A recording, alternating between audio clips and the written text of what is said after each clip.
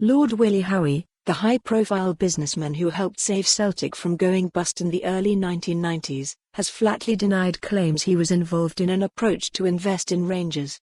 The former Celtic director, who came to the club side with Fergus McCann when it was facing bankruptcy in 1994, has rejected claims from ex-Rangers owner Craig Whyte that he approached him about a deal to buy the Ibrox club after it had fallen into insolvency in 2012.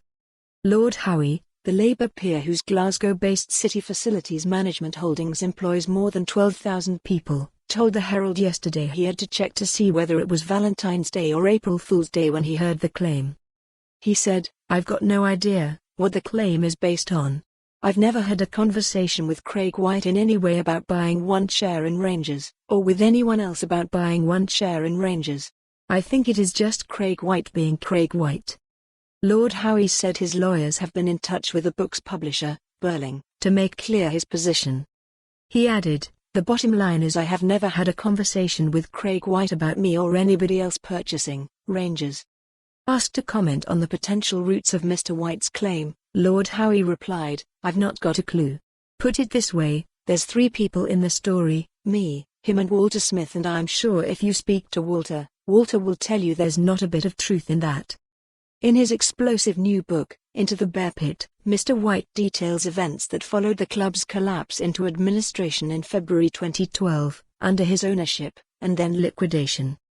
Mr. Whyte, who bought Rangers from Sir David Murray for £1 in May 2011, notes that, following the appointment of BDO as liquidators, Charles Green was now able to pay £5.5 million for the company's assets, Ibrox Stadium, Murray Park and the Albion Car Park, which were to be transferred to a new company, which I believed was Sufco 5088.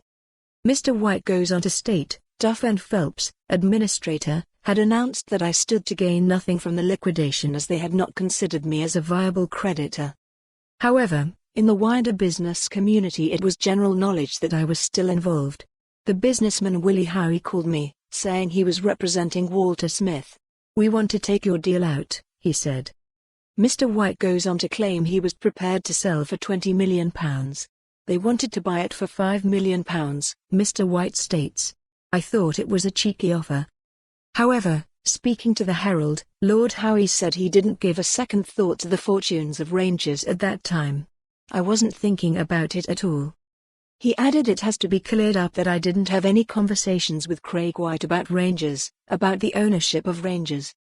For more on this story, visit the news article link.